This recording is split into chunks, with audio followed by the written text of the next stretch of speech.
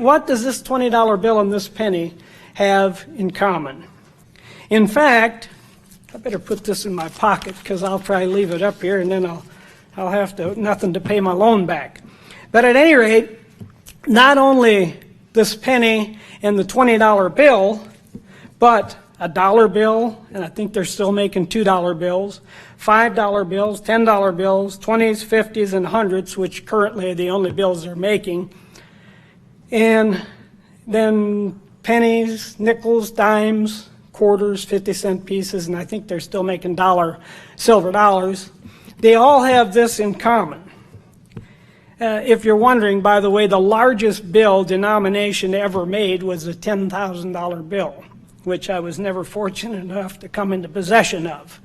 But these all have one thing in common. They may have another thing in common or two, but mostly this one thing, except for being currency to spend to pay your bills and buy things. And while you're thinking about that, I'll give you a little hint. It is the official motto of the United States of America.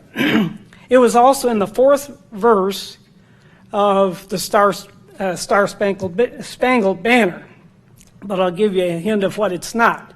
It's not I'll try to pronounce it, pluribus unum, whatever, the Latin for out of many, one. That's not what it is. The answer is, and it was taken from Psalm 56 in verse 4 and also in verse 11. And the answer is, in God we trust. In God we trust. Now, the sermonette was just almost a perfect introduction to what I want to talk about. It was about as good as if we would have had collaborated, which we didn't, but it worked out perfectly. There was a lot of debate as to what should be the motto for the United States of America pretty much from the beginning. And there never really was a motto for many years. Although e pluribus, I'll get it right, e pluribus unum was sort of, or became sort of the de facto motto of the United States, but never officially.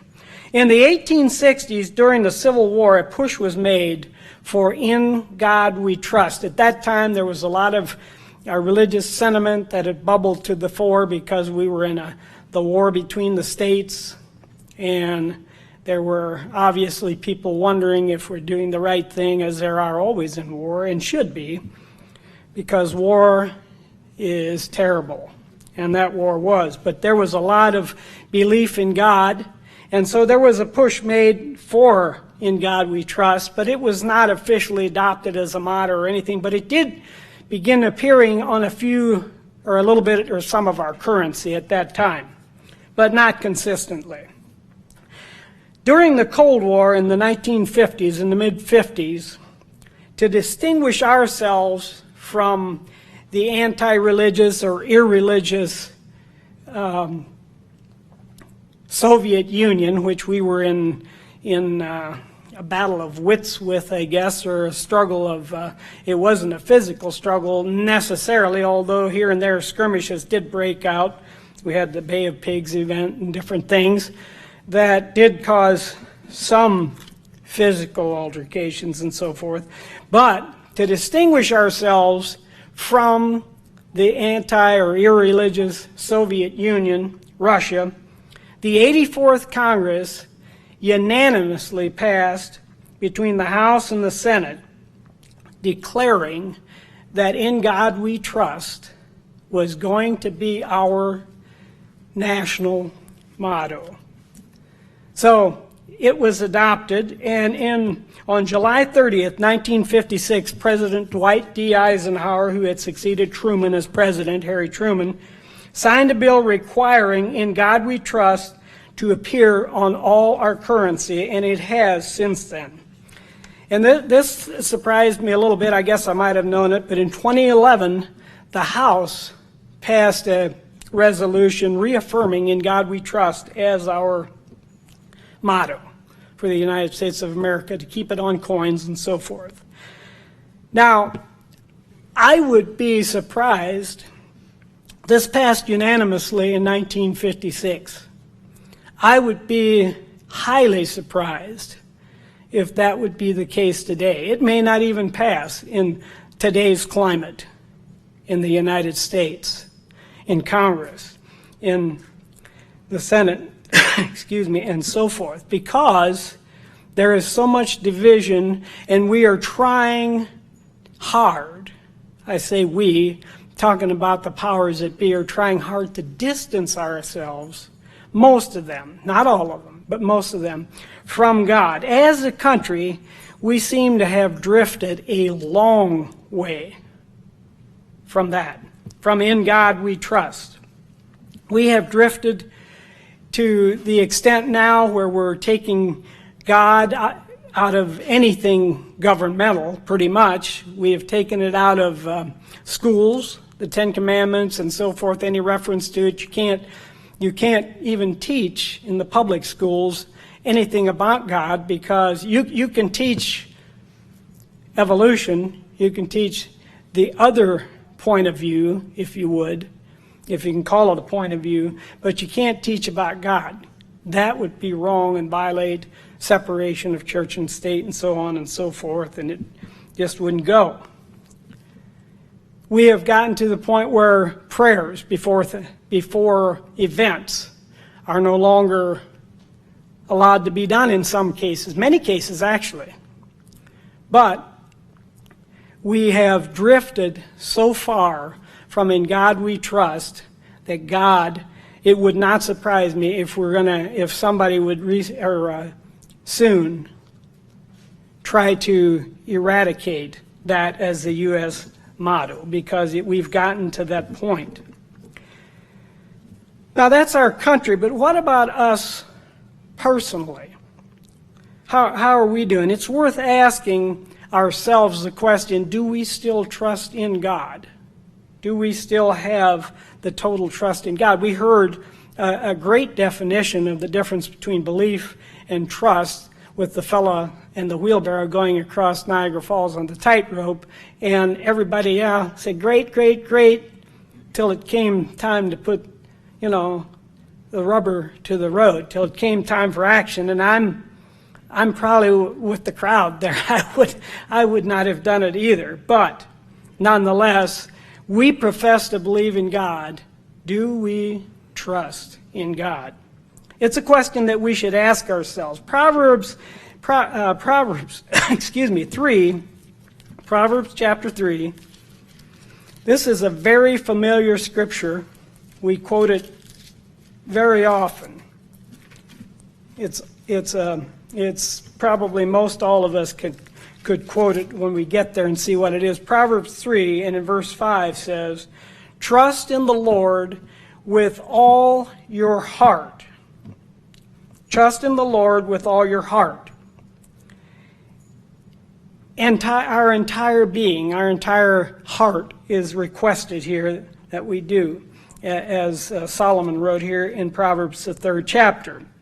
But what happens is, the more tumultuous and the more chaotic our world becomes, the more turmoil there is, the more background noise in our life, in all of our lives, the easier it is to drift away from that. Because when things happen, like they're happening now, with the COVID-19 and so forth, we begin to think more in terms of relying on ourselves. How can I protect myself?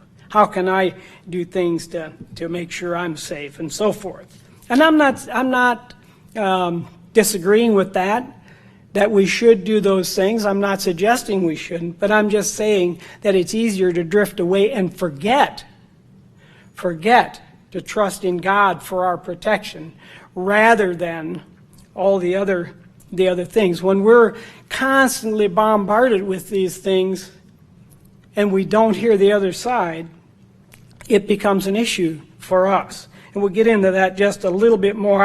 I've heard so many things in the last month or two about preparing. Prepare yourself because this is going to happen and that's going to happen. And it might. It might. We can't tell or say that it won't. But be prepared. I will say one thing, and that is I believe firmly in my heart that we should be prepared mentally, if not physically.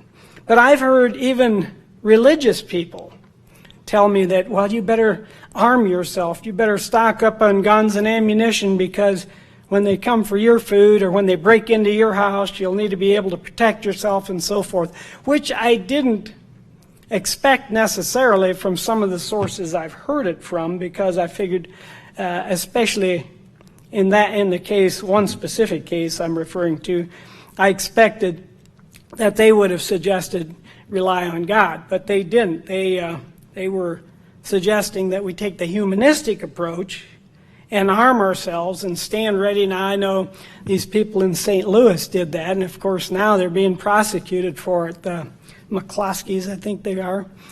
And they're being prosecuted for it, but they got out with their guns and they stood up for their property. And that's what this particular person, it's nobody that any of us knows. I don't even know the person.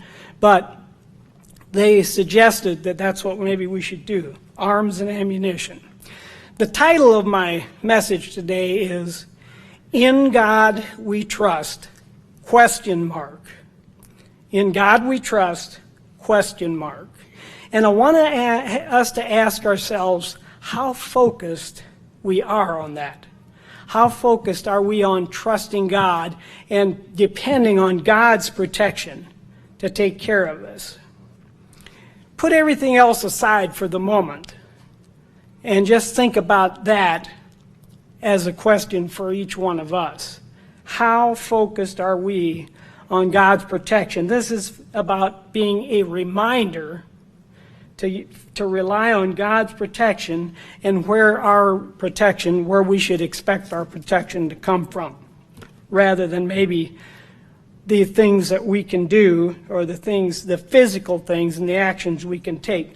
Back here in Proverbs, the 3rd chapter, continuing on, it says, trust in the Lord with all your heart and lean not on your own understanding. Don't lean on thinking, well, I can take care of myself, or I'll ally with somebody else and we can protect ourselves, and so on and so forth. Lean not to your own understanding. In all your ways, acknowledge Him, that being God, and He will direct your path. Now that's actually, there's a lot of comfort in that God would actually direct our path. He would show us where to go and how to do things. He would show us where the right way is to go, what the right thing is to do. And He promised He would do that. Now, does that mean that we're going to or should throw caution to the wind and do nothing? Well, as I already alluded to, no, I don't think that's the case exactly either. In Proverbs, the 22nd chapter, Proverbs 22, in verse 3, it says, a prudent man foresees evil and hides himself. A prudent man foresees evil and hides himself, but the simple pass on and are punished. But the very next verse, verse 4, says where to hide ourselves in. It shows us and tells us what to hide ourselves from or in. It says, but humility and the fear of the Lord, by humility rather, and the fear of the Lord are riches and honor and life. By humility and fear of the Lord are riches and honor. That's where life is. That's where to hide ourselves. That's where we should be looking. The thing that we should fear is God. The fear of the Lord, again, is the beginning of knowledge. I want to spend just a little bit of time in reality and the response to reality. And the reality we're in today, of course, is much different than it has been in the past.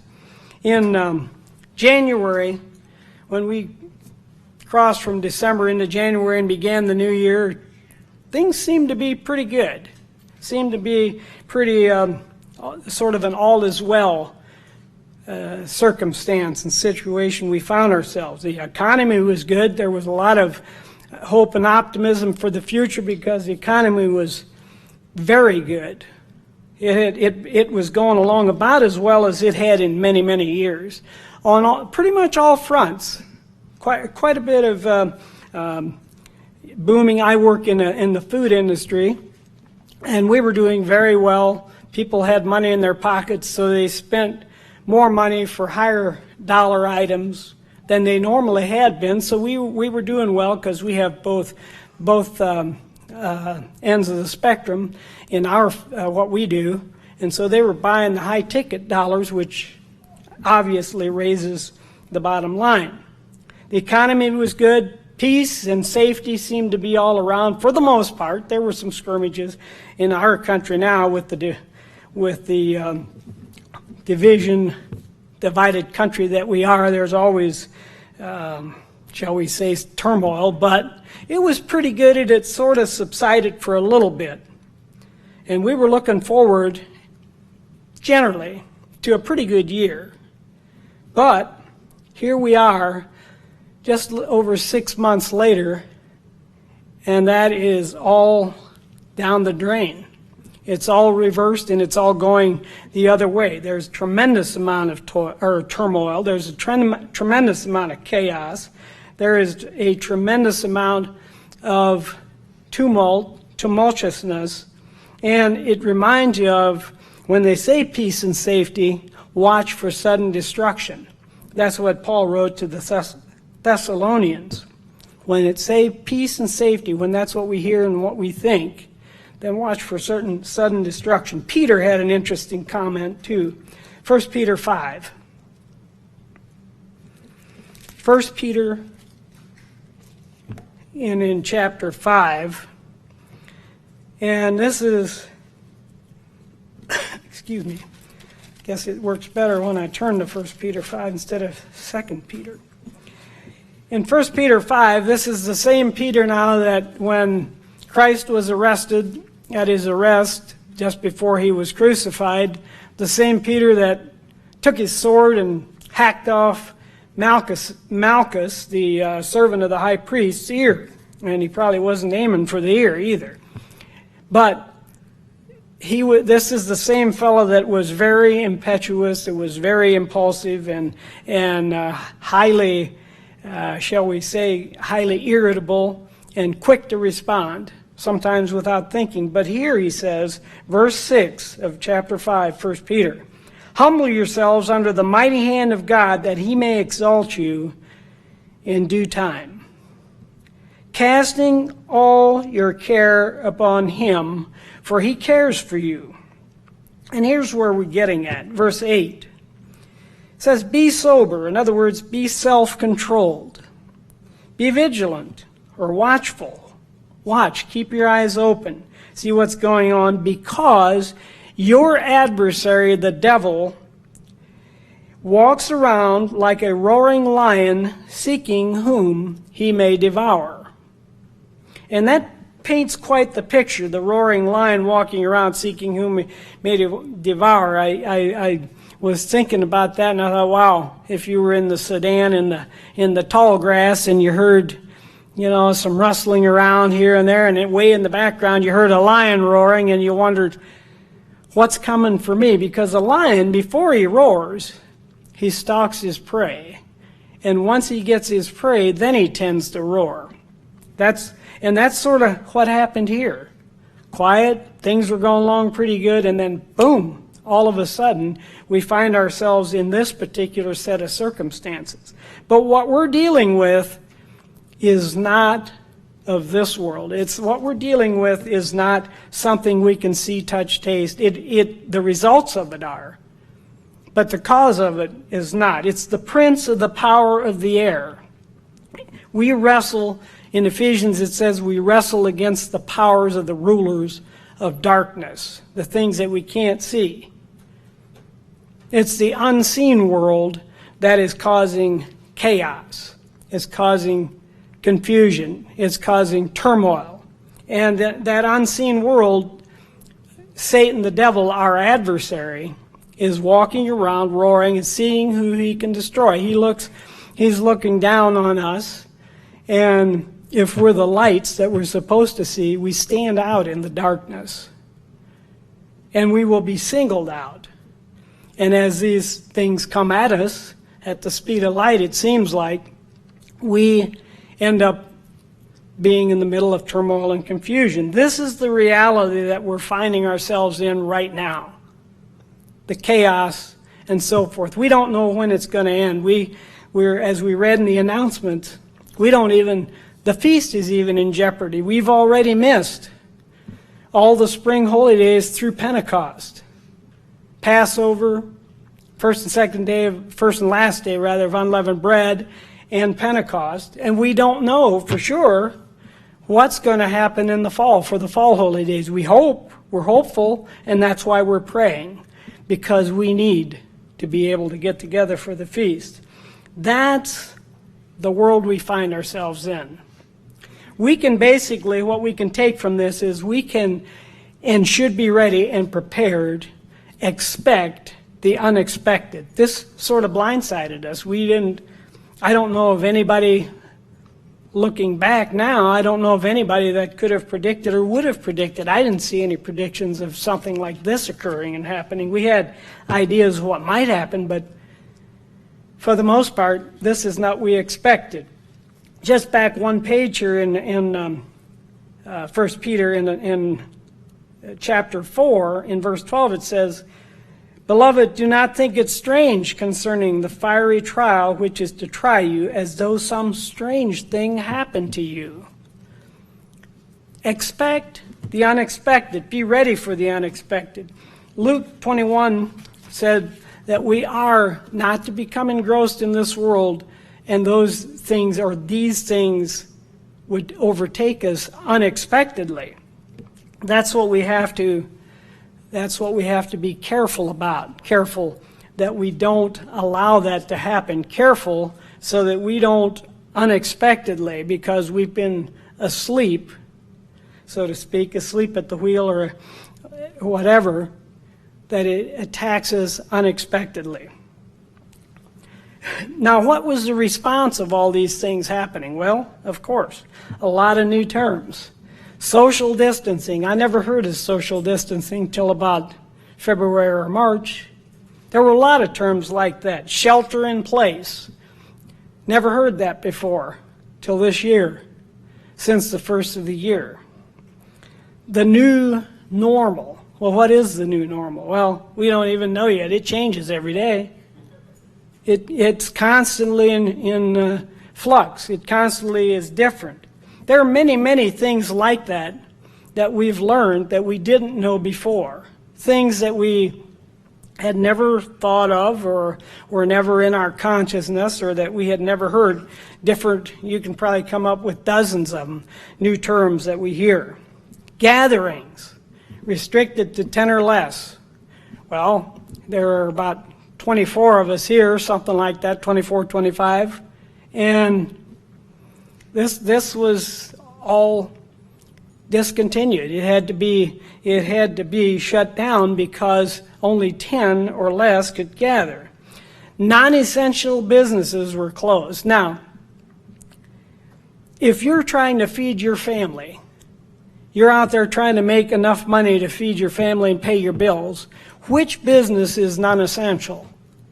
Every business is essential if you're trying to do that. Now, I happen to be in a business, the food business, that was deemed to be essential. So we kept on going. In fact, because we were in the food businesses and restaurants shut down and everything else did, we actually benefited from it, from the fact that not as many places were open and people couldn't go out to eat. They had to eat somewhere, so they had to buy their own food and bring it home and prepare it, and that's what they did.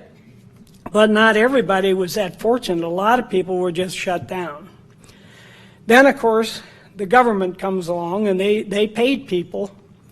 They paid probably, I think, what is it? They're getting $70 or 70% of their for unemployment. They're getting about 70%. Plus, they got an extra $600 every week from the government. So what that caused was a labor issue. Now, I talked to somebody this week. He can't get help because They can make much more staying at home and doing nothing, and why wouldn't they if they're going to be paid more to stay at home than they are to work? So that whole thing caused a circle and a cycle of discontent, turmoil, and issues and problems. We learned, that we can't have any social or physical contact. We had to, as we're sort of doing here today, spreading out. We can't be close to each other. Social distancing, 6 feet, sort of have to learn what 6 feet is, how it's probably just a little bit more. If I lie on the floor, it's just a little bit more than myself, another half a foot or so. We learned how to do things differently. We didn't shake hands, or we don't very much shake hands. Sometimes we may, if we're not in public, but not in private we might. But we've learned that we've had to do other things. Maybe we fist bump or bump with the elbows. I've learned a lot of things to do with my elbows. I think I can drive now with my elbows, and I'm working on writing with my elbows, but I don't know if that's going to work. It's going to be more difficult. But anyway, all those things in our life have changed. I don't have to tell you because you know it. Masks, we all have to wear masks. The next thing they're talking about is possibly wearing goggles. We may have to, because they say that the eyes and the liquid and the fluid in the eyes is one of the places where you're most likely to, or quite likely to get it by touching that. There is a lot of noise coming at us from all directions. But there's one thing that is strangely silent. What's that? The response to this, there is very little mention of God's protection. There is almost no mention of God's protection besides in religious or Christian circles.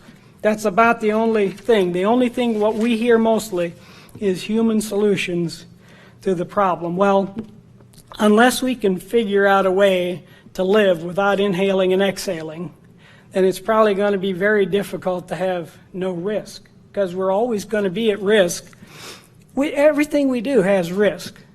So we do need God's protection. What was our response, or what's our response? Now, I want to make one thing really clear. This is not meant to disparage, discourage, discredit in any way physical action. To do that, I'm only saying the obvious, that that's what we've had to do, we've been asked to do, and we try to comply as much as we can if it does not interfere with God's word or God's law. But let me repeat that. This is not meant to disparage, discredit, or discourage physical action. It's only to remind us that we need to stay focused or refocus on God's protection, in trusting in God. Our number one priority is, in God we trust. Just like it says on our dollar bills and on our $100 bills and on our pennies and so forth. In God we trust. That's our number one priority. The background noise is likely to drown all of that out. It can take the place of trusting in God. It's easy to do. We begin to focus on something other than what we should focus on. I find myself doing that. I find myself thinking, relying on the physical instead of relying on God and what God has told us to do.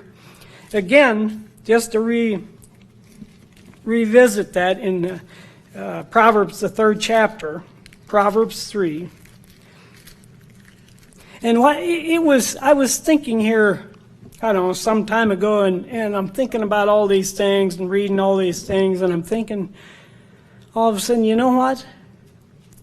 Strangely, we're not hearing much about God's protection.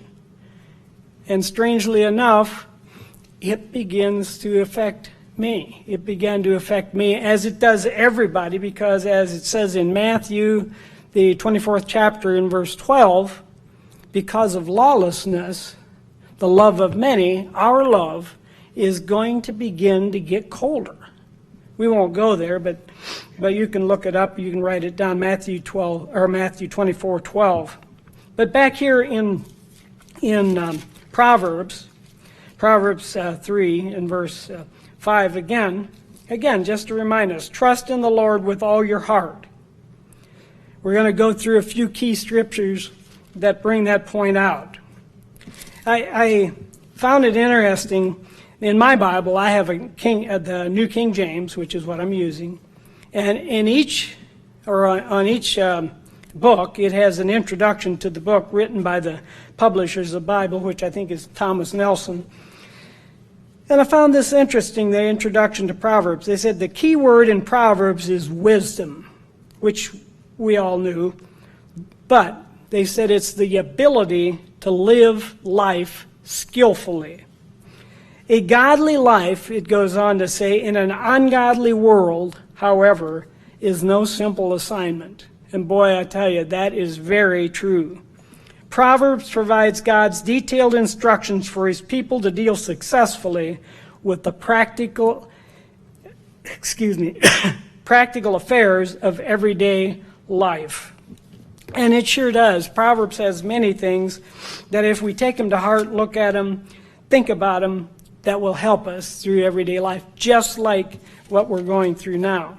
Because he said, trust in the Lord with all your might and lean not to your own understanding in all your ways. Again, acknowledge him and he will direct your path. In the sermonette, we went to Psalms, the 18th chapter, and we're going right back there, a little bit further down the line from what Lois Pettit was at. But nonetheless, in the 18th chapter, and he already set it up by telling you that this was when David had issues with Saul and so forth, and God delivered him. But we're going to go to verse 28. Verse 28 of chapter 18. And we would be well advised to heed these words. He said, for you will light my lamp. This is God. He will direct our path. He will light our lamp. The Lord my God will enlighten me in darkness.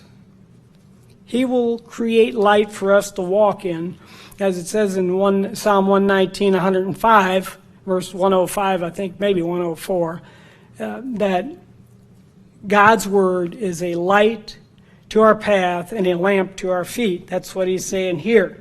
For by you I can run through a troop. Now that's an interesting thought, that we could run through a troop without being damaged, without being hurt, without any trouble. We can run by you, I can run against a troop or through a troop. By my God, I can leap over a wall. We can do a lot of things, he's telling us here, things that for us physically are impossible. As for God, his way is perfect. The word of the Lord is proven. He is a shield. Here is where our shield is. He is a shield to all who trust in him. And just remember that definition of trust, which is a little bit different than definition of belief. Trust is actually activity and action, where belief is a statement. It's a statement. It may mean you believe in God, or it may not mean that, depending on your actions. I was, as we were refraining from meeting together, I was also talking to some people. I know a number of people that are in Alcoholics Anonymous, that are in AA. And I heard from one person that I know, I suppose many of us have maybe, half a dozen friends, personal friends, close friends. And that's what he had, about 6 personal friends. And 4 of them, because they could not meet, they didn't have the support, they didn't have the background, the encouragement they needed, 4 of them slipped back into alcoholism or into their addictions. Now, a couple of them, I think, are back maybe on trying to get on track through rehabilitation and so forth. But these things take a toll on us. They really, really do. We need the strength that we get from each other, and meeting together is a big big thing. It's a holy convocation and a commanded assembly for a reason, because we need each other, and so much the more as that day draws near. The tougher it gets, the more we need each other. We need to be able to stand on our own feet when we have to. We certainly do. But we also need to be able to come together and help each other stand on our feet. Psalms 33, we'll go just a little further, and it puts this in pretty good perspective, trusting in God. It said that in Psalms 33, and we'll begin to read about the middle of the chapter, verse 16. It says that no king is saved by the multitude of an army. When we think about that, there are many times in World War II, for example, when we know stories of when the only thing that could possibly have happened is God intervened. Fog rolled in, or other weather conditions, or maybe equipment failures and so forth that benefited our army. Otherwise, we might have lost that war if God had not been fighting with us or for us or helping us. No king is saved by the multitude of an army. That's just the way it is. Not the largest army doesn't always win. Think of Gideon and his 300 men against 10,000s of the enemy, or maybe more. I forget how many there were, but something like that. A mighty man is not delivered by great strength. You know, no matter how strong you are, there always seems to be somebody stronger. They come along, and you're just never the strongest, or at least it seems that way. A mighty man is not delivered by great strength. And David, who we assume wrote this is sandwiched between a couple of chapters, yes, that David wrote that are headlined by that. This particular chapter didn't say that David wrote it, but we assume that it probably was. He wrote a lot of them, probably most of them. But he was well qualified to say that, because David went against Goliath as a youth and won, when by all accounts he shouldn't have. But he did. God was with him. A horse is a vain hope for safety. Again, if you watch Westerns, which I do once in a while, not too often, but occasionally, there's always that guy that gets on his horse and he is just flying. He has such a fast horse, but then the next thing you know, here comes a horse behind him that's even faster, and he didn't get away, because a horse is a vain hope or a false hope for safety. Neither shall it deliver any by its great strength. Just before services, we were looking at a picture of a horse pulling contest. And I've gone to horse pulls at the fair or wherever, and I feel sorry for the horses, because it's sort of, in a way, it's sort of abuse, but they will keep piling on weights onto these sleds, and this team of horses, with all their might, they lean into their collars and squat with their legs and push off as much as they can. And they just barely budge that thing, and you think, wow, this is it. No other horses will beat this. But then comes that next team, which is just a little bigger and just a little stronger, and they do. So neither shall it deliver the horse by its great strength. Neither shall it deliver any by its great strength. There is a really good example of this in 2 Kings. And we're going to go, we'll come back here, so keep your place. But in 2 Kings, and I'm sure you've read the account at some point, but there's one particular verse in 2 Kings that we would be well advised to keep in mind for certain occasions. Many occasions, actually. One particular verse. The account we're going to, it involves Elisha. Elisha was the successor, or the mantle was passed from Elijah, the prophet, to Elisha. And while Elijah rather, was a great prophet, actually so was Elisha. He did a great many miracles were done through Elisha. You might remember in about chapter 5, I think, the Syrians kept raiding into, they were on the border of Israel, and they kept raiding into, especially on the borderlands of the northern nation of Israel.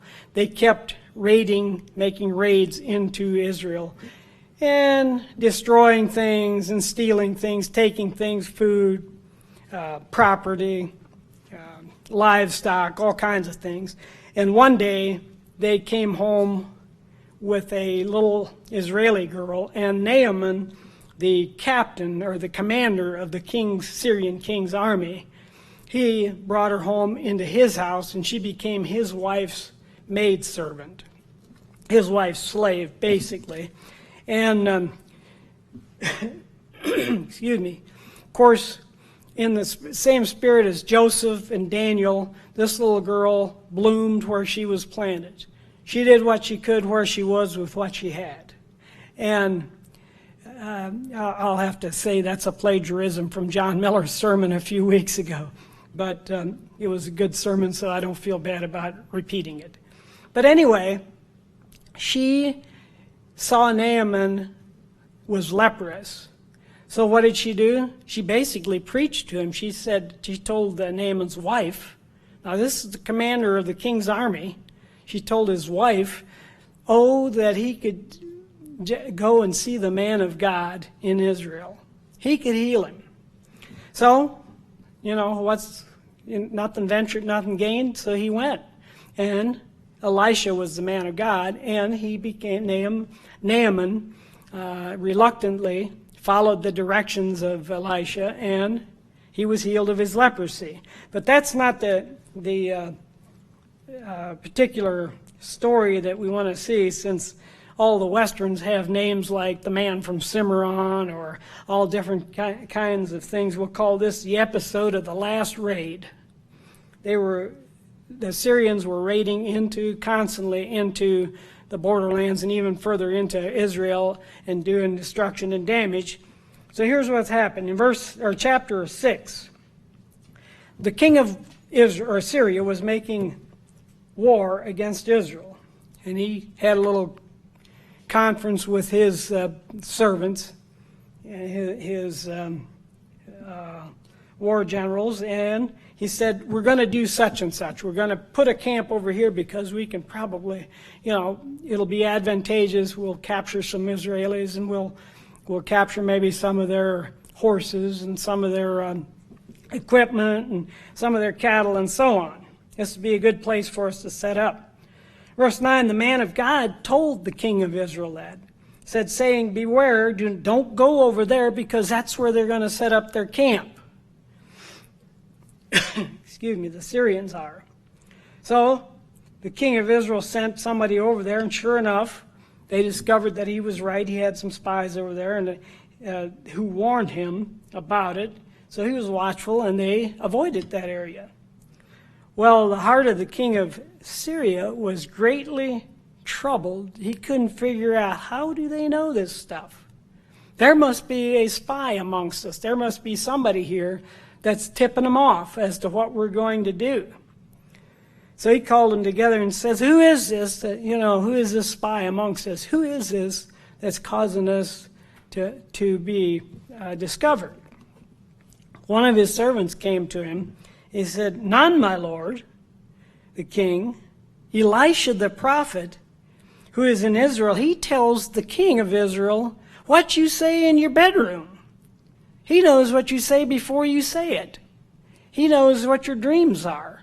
He tells them everything that's going on. He tells them what you speak in your bedroom, and this was long before electronic surveillance. It was God revealing to Elisha what was happening. So the king said, well, let's go and capture this man. Let's bring him back here. So he sent horses and chariots and a great army, and he sent them over, and he said, surely he's in Dothan. Now Dothan, just for point of reference, Dothan is the town that Joseph went to find his brothers, where they took him captive and sold him to Egypt. It's that same town. He sent the horses and the chariots there and a great army, and he surrounded the city. The next morning, when Elisha's servant got up early, he went outside and he saw the whole city, the whole town was surrounded by the Syrian army. And he is obviously very, very despondent about this and very much afraid. And he said, "Alas, my master," when he told Elisha, he said, "What shall we do? What are we going to do about this? Look at this. We're surrounded. We're captured. There's no way of escape." Elisha told him the classic answer that we find so many times in the Bible. Excuse me. It's one of the most often repeated admonitions in the Bible. Do not fear. That's what he told his servant, under circumstances that seemed to be almost unable to be overcome. So he said, "For those who are with us are more than those who are with them." Now, what did he mean by that? Here's the verse that I think we should keep in our mind for a rainy day, for that day when we need encouragement and when we need strength, when we need to be assured. Verse 17, Elisha prayed and said, "Lord, I pray, open his eyes that he may see." Then the Lord opened the eyes of the young man, and he saw, and behold, the mountain was full of horses and chariots of fire all around Elisha. If we think about that, we are still surrounded by those same types of things. God's angels are around us. God's protection is around us.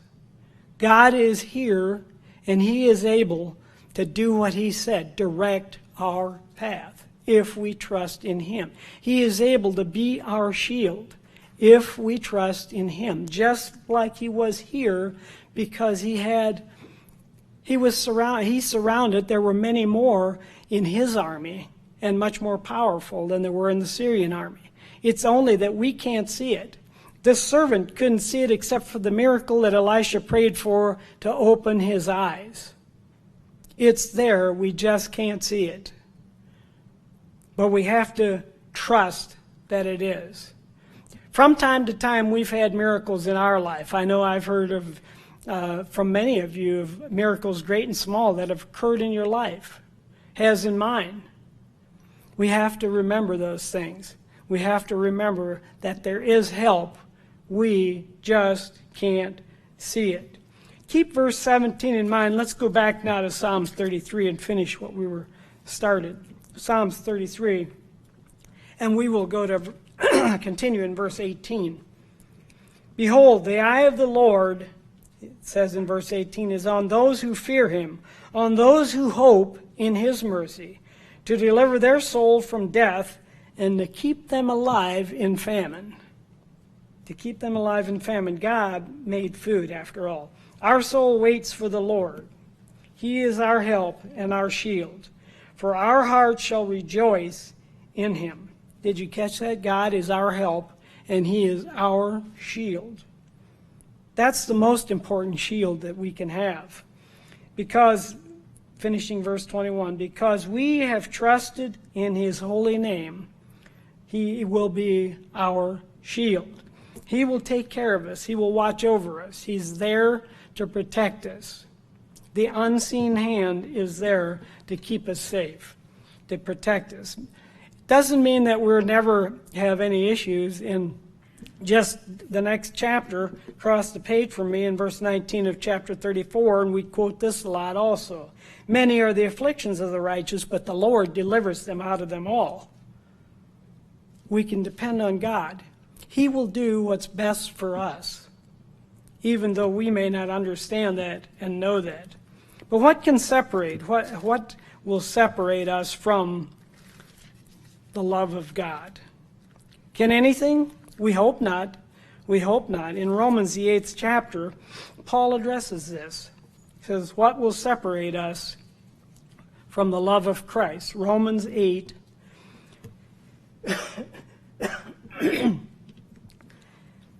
And starting in verse 35, what shall separate us from the love of Christ? Shall tribulation?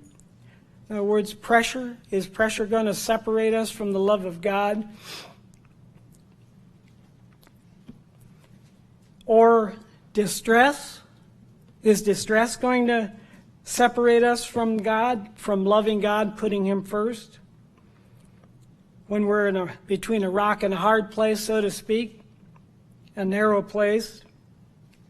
Persecution, when they come after us, when they try to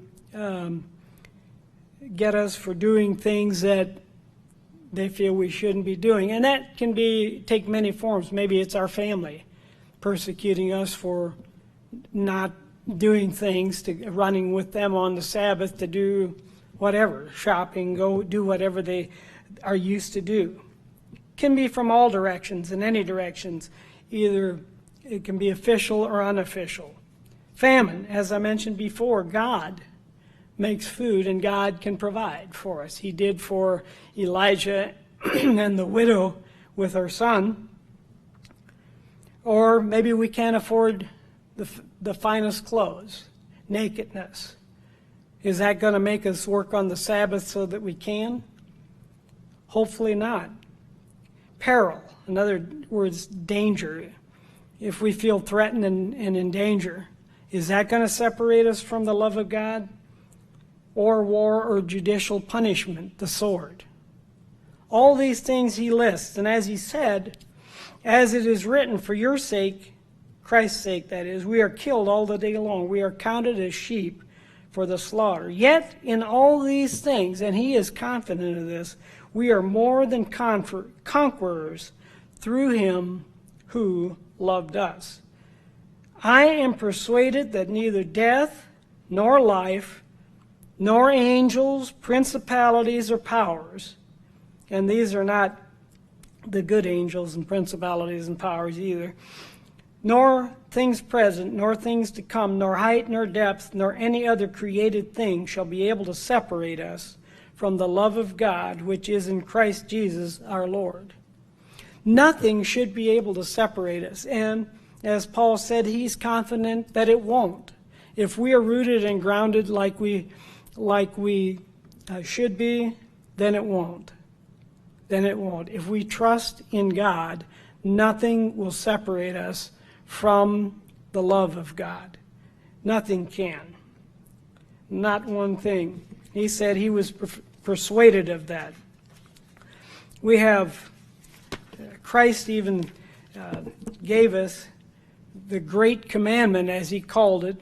He said, our number one, as Proverbs 3:5 said, the number one thing, the great commandment, you shall love the Lord your God with all your heart, with all your mind, and with all your soul, with all your being, with all our being, we are to love God. We can't leave the chaos that's happening now or at any time, not just now, to separate us from that love, the love of God, from the trust in God, from believing in God. We can think about, and I thought of this many times through all of this, Psalms is probably I think it's probably the most used book in the entire Bible. And most people's favorite psalm is Psalm 23.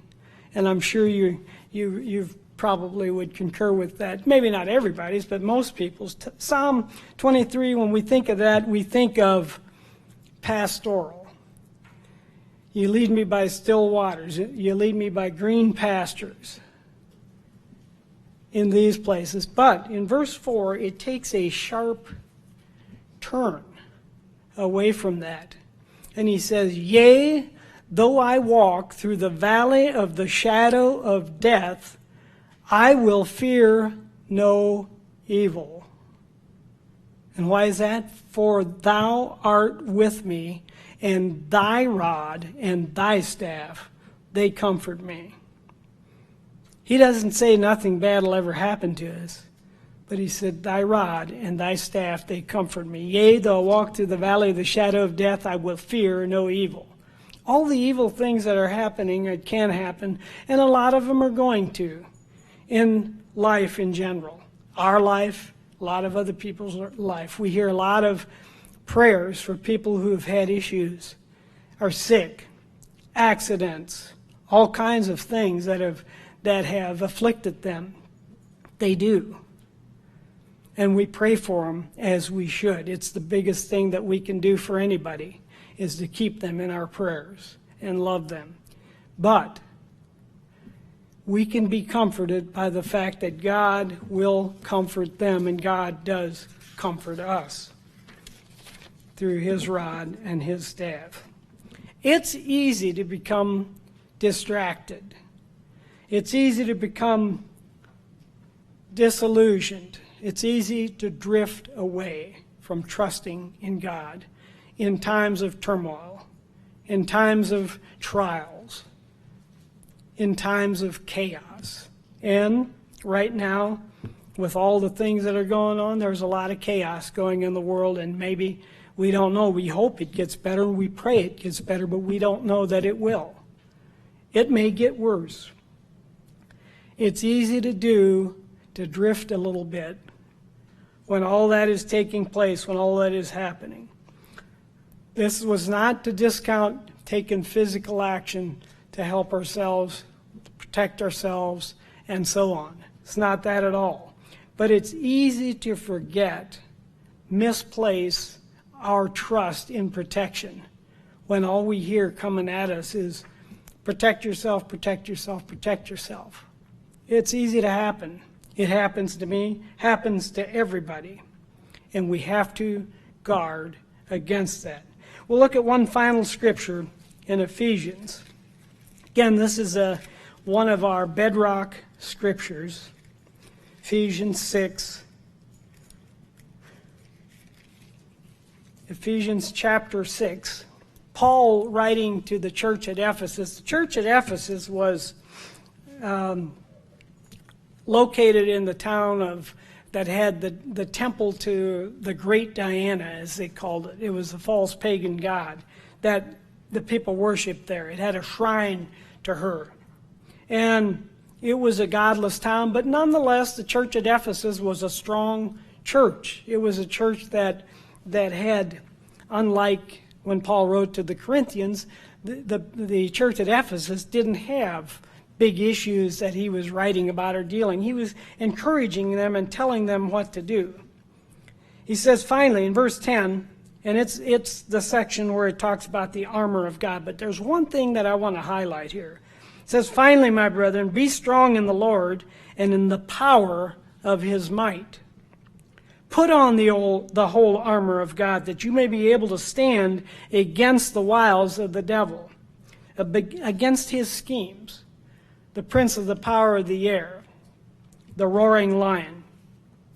For verse 12, we do not wrestle against flesh and blood. We wrestle against, here it defines the principalities and powers that we were talking about in Romans.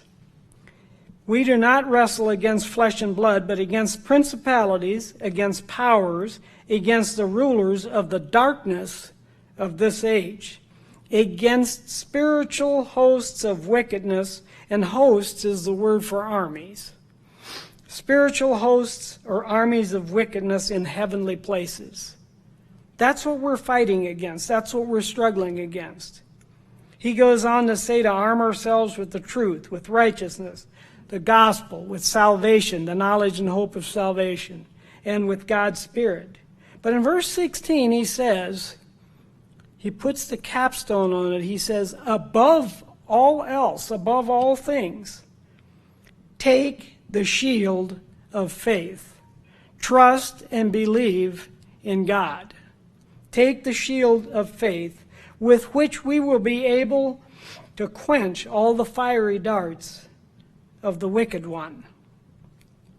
That's our ultimate charge that we need to take note of. Above all, take the shield of faith. We know where our shield is. Our shield is from God. God shields us. And that's what we need, the shield of faith, to trust and believe in God. Paul gave these instructions, and this was a church that was strong. But even at that, we find out later, and this is what we want to avoid. This was one of the first of the 7 churches of Revelation 2 and 3. And guess what the charge against them was? They were commended for many good things, but they still was one thing God had against them. They had lost their first love. They had somehow, because of their culture or because of whatever, they had somehow allowed that to slip away from them. They had not fully taken Paul's admonition here and instructions and encouragement to heart. They had not taken and kept the shield of faith and trust in God as they should have. They were a good church, though. When you read through the 7 churches, they had less against them than some of the other churches did, but nonetheless, they still had their faults. They had their problems. And this is what Paul is trying to tell God's people. Above all, take the shield of faith. In God we trust. No question.